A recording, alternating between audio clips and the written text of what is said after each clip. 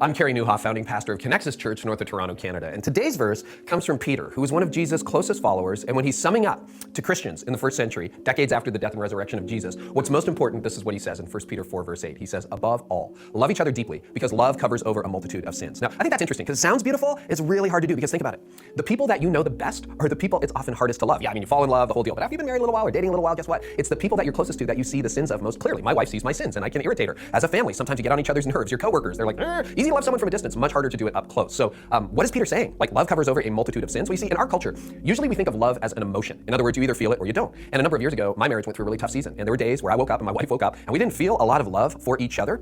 But Jesus comes along and gives a whole other paradigm for love. And this is what he says. He says, love one another. He commands us to love one another. And I remember I'd read that all my life, but a number of years ago I read it and I went, wait a minute, he's commanding me to love somebody? Like, how do you command an emotion? Well, maybe love isn't an emotion. Maybe it's a decision. It's not a question of whether you feel it. It's a question of whether you decide to do it.